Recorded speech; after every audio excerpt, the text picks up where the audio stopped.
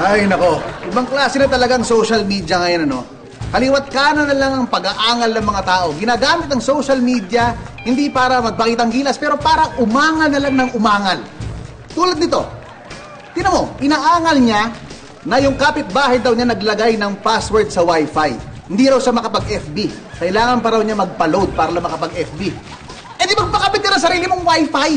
Kung wala kang pera, huwag kang umangal. Di ba? Ito pa. May umaangal naman sa FB, ha? Hindi raw sexy yung nanalo sa isang contest. Maiksi daw ang bias at malaking hita. May iba raw na mas deserving na manalo. Alam mo, lahat ng contest, kay sexy man o hindi, dinadaan yan sa text votes. At pwede ba, bago ka magreklamo tungkol sa sexy, magpa-sexy ka rin muna. Hindi yung puro kaangal. Hindi ka naman sexy, mag-gym ka!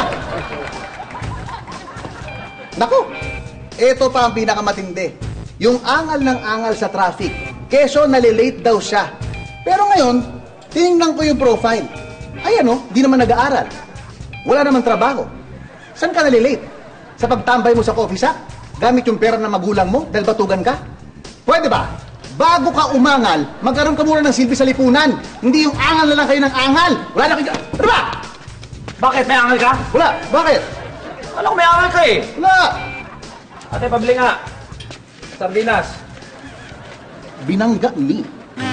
Kainis. Ano? Tare. Sardinas.